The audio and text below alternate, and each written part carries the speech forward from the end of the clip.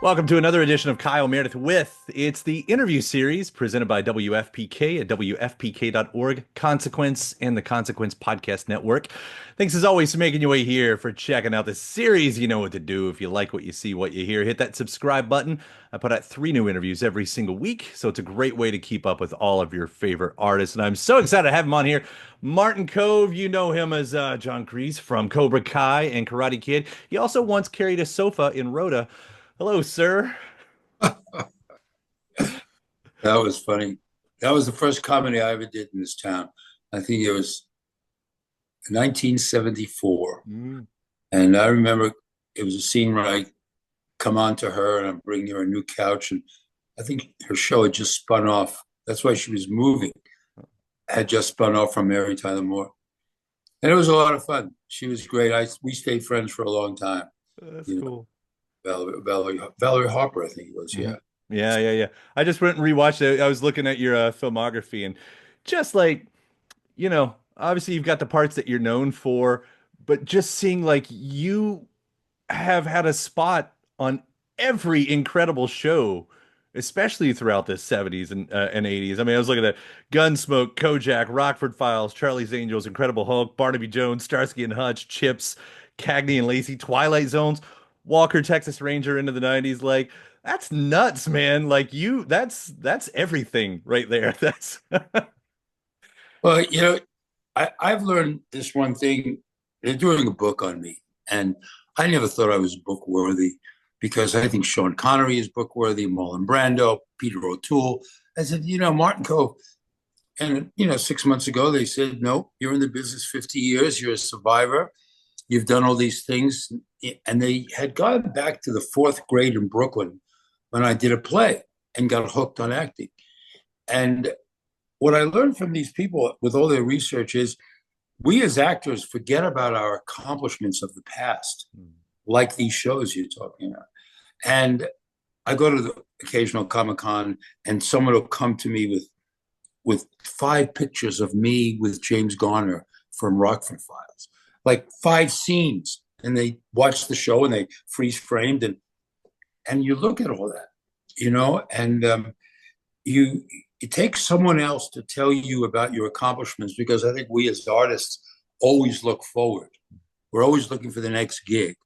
Or if we're working on a movie, we're doing backstories and we're doing all kinds of stuff. And you just forget about the past, I remember, and doing this book 2 hours a day with this fellow, it's incredible. I think back to some of the struggles and the stories and how much I love guys like James Garner. And my first movie was directed by Alan Arkin, Little Murders, and my scene was cut out, my first speaking part. And I remember I didn't get depressed because Alan Arkin sent me a letter saying you did a wonderful job. This is 1970. And he said, you did a wonderful job, but Elliot Gould is a pacifist and he can't kill you like he does in the scene in the park.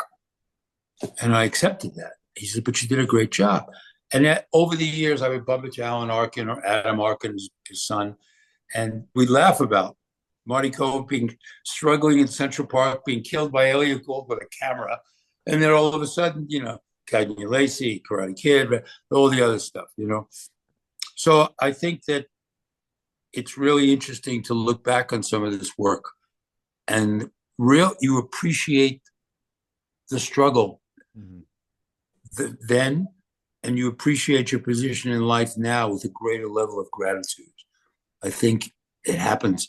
And until you look at that, it takes someone like you to say, hey, you did this show, that show. Sure, there are stories, crazy stories about each one of those. Did you like working on one more than the other? Sure. But they were all lots of fun. Did I make enemies? When I did Walker, Texas Ranger, I knew more about the West than any of those guys. They turned a one episode show into a 2-hour show. And the director was Tony Mordente. Tony Mordente was one of the original Jets on Broadway in West Side Story. Wow. And he's directing Walker, Texas Ranger. And I knew it because I was a nutcase for Broadway stuff. And he was one of the original Jets. And with it just blew me away, and they didn't know anything about Westerns. And I would throw around too much information because they knew a lot about contemporary Westerns, because vis-a-vis, that's what Walker was. But they didn't know a lot about, masks and just the whole deal, shooting fast draw. And I did. And I made a lot of enemies on that set. I was never asked to come back because too many people said, Marty Kove thinks he knows all these answers. He thinks he's the Western maven, But you make enemies and you have a good time. It's one of those things. You get a good story out of it either way, and Yeah. that lands in a book. I like hearing that there's a book because I will definitely be first in line to read that. I mean, it is what an incredible career. Like all those shows, and that's not even all of them, right? Like I just cherry picked out there. Like that couldn't have been normal, but to have the kind of career that you've had where you've been able to glimpse the imaginary world of all these iconic, shows, and then land yourself one of the great iconic roles, which most actors they never get that, like you either get one of the thing, you get the role and that's all you're ever seen for, and you get nothing else, or you get the other thing and you never get the big thing, but you somehow found them both, through your talent out there. I mean, when Karate Kid landed to see how that's played out, to get to go 6 seasons extra with that character now in Cobra Kai.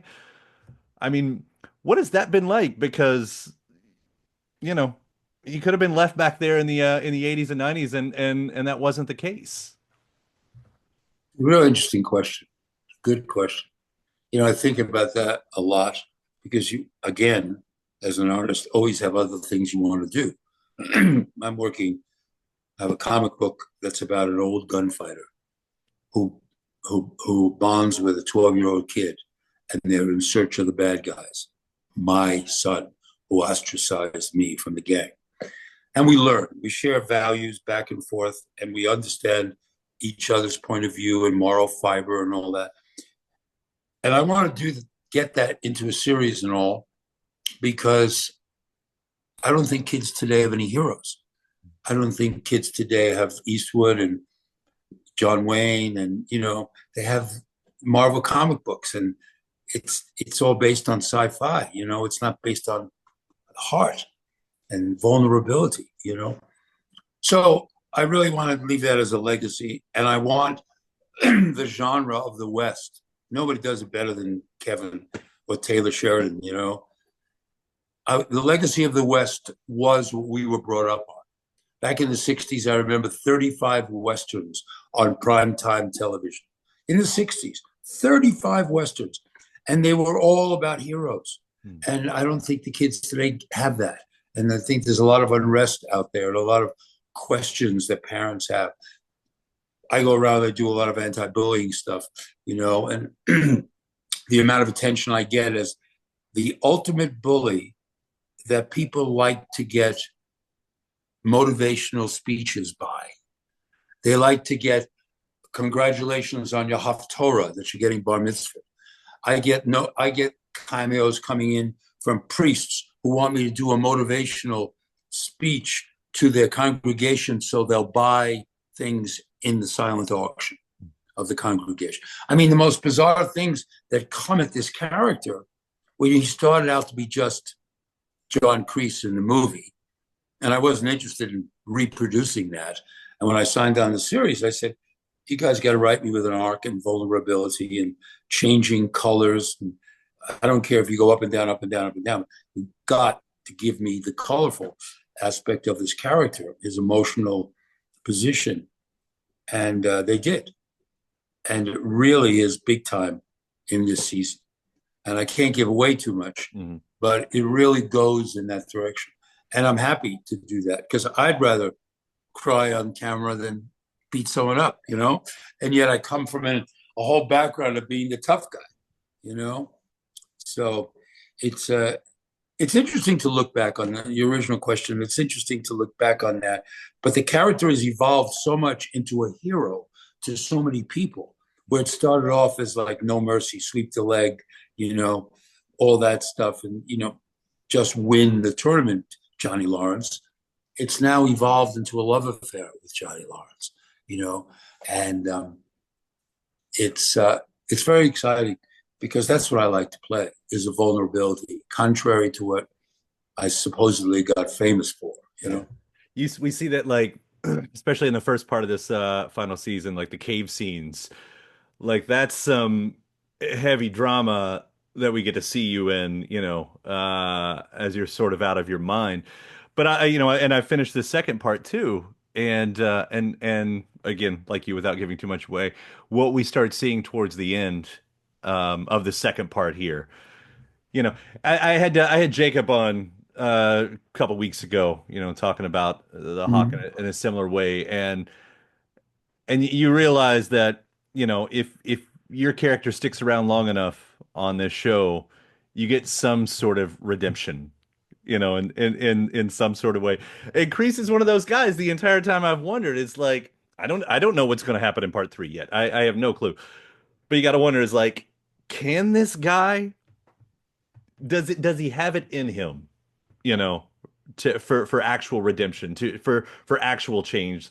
Like, we've seen his backstory, which has been great, finally getting a little bit of that, learning where the vulnerability comes from. But like not knowing what happens here, like even beyond this fictional show in its fictional future, like does this guy have it in him to be, you know, the good guy? Well, I mean, without giving away too much, he does. And those are the moments that are rich as actors. As I like to play. Some people like to play, hard nosed. I've done that. Did it in Rambo, did it in Wyatt Earp, did it in Karate Kid 1, 2, and 3. And, I like to vary it. And right now, with my kids growing up and my son, who's a wonderful, wonderful actor, you know, I just produced a movie about him becoming the best gunman, makes a deal with the devil, and to be the best gunman in the West. And it was a little movie, and he's brilliant in it. That kind of activity, and with my daughter, Rachel's a life coach, and she's in the movie. I got her music in the movie. There's a lot of pride, and there's different values now shifting. It's shifting, and you have a couple of grandkids and stuff, and things shift where before it was the career, before it was not the family, and then the values in the career shift. And you want to do, if you're going to do movies and do things, I want to do stuff that's a little more vulnerable, a little more touching. Because to answer your question about John Kreese is fully capable of doing that once he finds the answers. He's got to really see, and he gets in season the third installment, all of that is thrown at him, and he can't help but understand. So he is capable of understanding, but here's a man who's wrapped up in his viewpoints of life, his way or no way, and is slowly learning that maybe you go six of one, half, balance it out. And he's learning. Oddly enough, he's learning about balance, which he professed that he knew more about balance in the dojo than anybody. And now he's learning about balance in life, which is what it's all about. I was laughing though. Sort of, we suspend our reality and suspend our belief or whatever for shows. But I took it the other direction. I thought, man, why is this guy so interested in this dojo at this point in his life? It's like he could have turned into a supervillain any point in the last 20 years and, try to take over the world in a different kind of movie, but has just stayed hyper focused on this little dojo world, and thank goodness he has because, it's been a great series, but I had to step aside and have that laugh as well. But you got to remember that, when he took over an episode in season 3, when he takes the dojo from Billy, I don't think he planned to take the dojo. At least in my backstory, when I sat with him in season 2 and all that, I didn't plan on taking away the dojo. I wanted to share it with him. But then he started dealing with Miyagi-Do and shifting, people getting hurt, in fights. And, this didn't happen under my watch, would never have happened under my watch. So he had to take away the dojo. But I don't believe I didn't in my backstory in my head. I didn't plan taking it away because it was Johnny Lawrence, and I love Johnny Lawrence. He's my son. Why would I want to take away the dojo? But now all of a sudden Cobra Kai is going down the wrong direction. I got to save the day, and nothing's more important than John Lawrence, and Cobra Kai. The concept of Cobra Kai, and the concept of Cobra Kai won in the balance sheet, more than my love for Johnny Lawrence. And maybe Johnny Lawrence will come around. That's what I thought also. When the old classic line, "What's my motivation?" That's a hell of a motivation right there to drive Yeah. that character forward. Yeah, I like that. I like that. And then, so it ends, sort of, and then the movie comes up. I was talking to Jacob about that too, just asking his thoughts. Because as we've been told so far, the next movie that Ralph and everybody's doing, Cobra Kai's not a part of it, which is sort of No. odd to me. It's just sort of odd to me because Cobra Kai has made sure that everything is sort of a part of everything. What's your feeling on that? As fans, I think we all like it to be nice and tidy. Everything's connected. Yeah.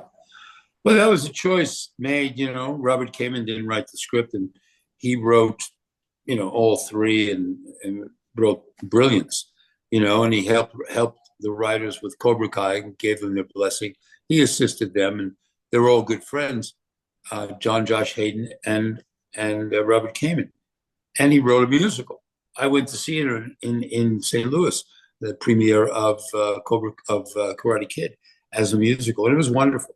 Um, and it just got a delay in release because of this movie coming out in May. The one that Ralph sent. But I don't know. Very few of us were privy to anything of uh, what this movie's even about. I remember having a wonderful time with my kids and Will Smith and everybody in his movie. And he was very concerned about was he loyal to us from our experience of the three films. And he was. But it was still odd to see No Mercy being said in Japanese as a subtitle, and it was just, it, it was a fish out of water, but it took place in Japan, so it didn't have the American values, and it made money. It did well, and it was a decent movie. So on this picture, I don't know. I don't know. It's kept under wraps pretty well. I haven't talked to Ralph about it. I will. And because Ralph and I talk, a lot because he had a book and he wrote his book himself.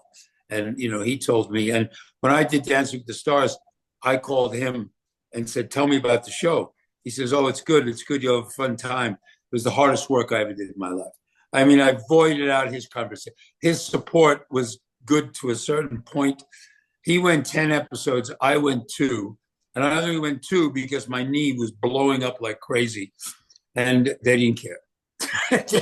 they just didn't care, So, but we haven't had a chance to talk about the movie. And we talk a lot about the book. And, there's such a big following, So it's a sequel of sequels, and it'll be terrific. I'm sure. Will it answer any questions about Cobra Kai? I doubt it. It'll answer some questions probably about maybe Miyagi might get thrown in there, references, but I don't know. I really don't know. Yeah, it all happened so quickly, and I think they shot it up in I don't know where. I think they shot in Atlanta or Canada. I don't remember, Hmm. but Ralph, went off for about 10 days, did it, and that was it. None of us were invited to come and play. Wow. So, when they don't invite me, it's okay because I know why. They're inviting trouble. So I, I, I just take it for granted. It's okay. I don't get it, you know, because you know, there are just some things that people write about that they think they know the answers about a character, and it's not right. Mm. Because I do these backstories, especially in the show. I didn't do that many backstories with my character in the movies because John Avildsen just wanted one dimension. He wanted just tough guy. Every time I smiled, he'd walk up to me and says, I don't want the Marty Kove twinkle. He says, I just want death. And as a result, John Kreese wasn't happy when his kids won. He wasn't happy when his kids lost. He was always in this indecisive sense of what's best for the dojo, what's best for me. It was a whole different deal, but people loved it. People loved to dislike that character. And I don't know where that venom came from. It was in my body, 1983 venom. I don't know. Well, you've worn it well. I mean, to hold that demeanor within a character for that long, but then, to also have that freedom to get out and doing all these projects that you're talking about. I mean, that's exciting. Like I've enjoyed obviously this entire run for this character, as so many people have. But hearing you can hear you can see that twinkle in your eye and your voice light up when you're talking about these other projects and the westerns and the comic. I think it's going to be exciting to see these things that you do next. You know, Yeah, I guess yeah, there's got to be a little bit of freedom about putting Kreese back on ice. yeah. It's interesting you call it freedom. I guess it is interesting because I've been asked that question a lot. Um, the heritage that came with that comes out of that becomes a heritage out of the series, because it's so popular. I was at a meeting last night of all the different, a lot of political people in Nashville. And my friend just took me, it was a fundraiser. I never go to these things, but I was there, probably 50 people, all politicians, 40 of them I took pictures with. They were like, these are very, straight people in the sense of that most of their time is not spent in front of the television, unless their kids drag them. And they loved this guy. They loved him because of his moral fiber. They loved him because he was the ideal politician of yesteryear that had the moral fiber that wouldn't. It was Teddy Roosevelt. It was Franklin Delano Roosevelt. He would not. He just would not kowtow to something that was wrong and incorrect. In today's day and age, you don't get a lot of that. We're not in that space, and it's fun for that for to see the evolution of the character going in that direction, going into what would have been if we were 100 years, 150 years earlier, the Old West Marshal. I remember in Cagney and Lacey, my image and backstory was that he became a cop in the 14th precinct because it was the closest thing that Victor Uzbeki could do outside of being a sheriff in Tombstone.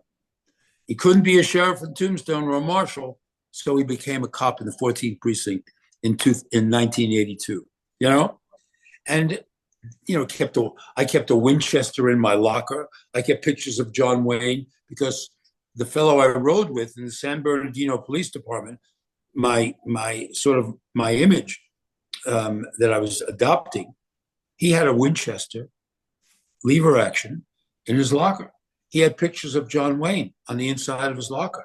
He had pictures of John Wayne and the searchers underneath his glass top of his desk. I did the same thing.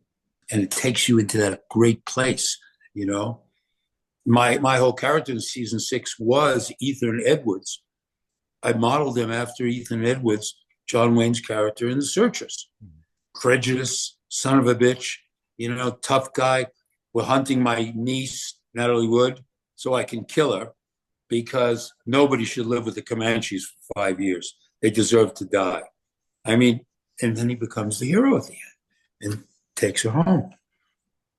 That's what Marty Kove's about, It just that hard shell gets cracked and broken a little bit, and then I cry, and then I become, what do you got? What do you got that needs saving? You know?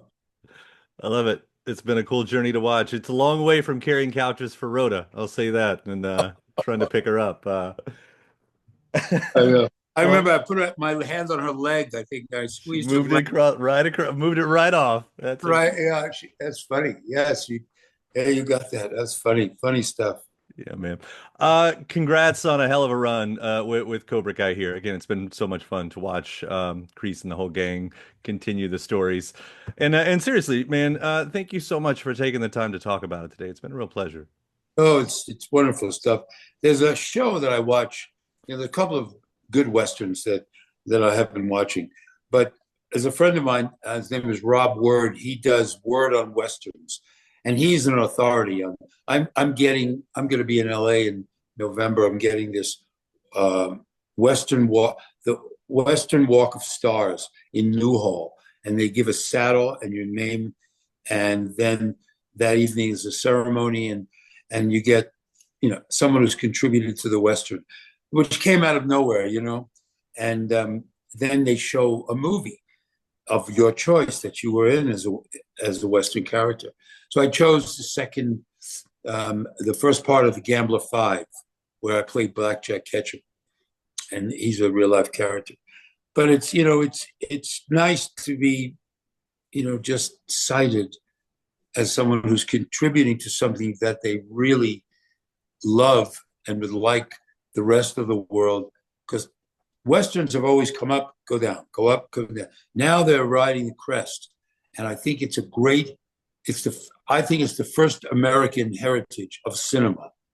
1903, Thomas Edison decided to make a western, The Great Train Robbery. Could have made a gangster movie, could have made a drama, could have done anything with his invention, but made a western, because everybody out there, the Western was a big frontier and was half of America. And I think we need to support that genre again and get back in it. Kevin did a great job with Horizon, and I think people expected a 3-act Western, and they were a little surprised at the end where there wasn't any resolution to the characters, and that had to do with promotion and all. But part 2 of Horizon is wonderful. And he's a guy that just loves the West like I do. So when I cried when I left White Earp, I didn't want to go home.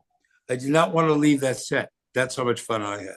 Well, thank you so much again. It was good talking to you. We'll see you around out there. Thank you very much. It was a lot of fun. And thanks to my guest. Also, thanks to you for checking out the episode in the series. Before you get out of here, hit that subscribe button. Again, you get 3 brand new interviews every single week. New one every Monday, Wednesday, and Friday at right here on YouTube, or of course anywhere in podcast land, including iTunes, Apple Podcasts, Spotify, Podchaser, NPR, or WFPK.org as well. A great way to keep up with your favorite artists and discover new ones as well. Then after that, actually head over to WFPK.org. That's where I do a show Monday through Friday, 6 p.m. Eastern. It's an hour full of song premieres, music news, anniversary spins, bonus interviews, Monday through Friday, 6 p.m. Eastern at WFPK.org. Consequence has your music and film news. You can also find me on the social media spots, Facebook, Instagram, mostly on Twitter. All 3 of them, the address is at Kyle Meredith. Do hope you like and follow along. That does it for another edition. I'm Kyle Meredith. I'll see you next time.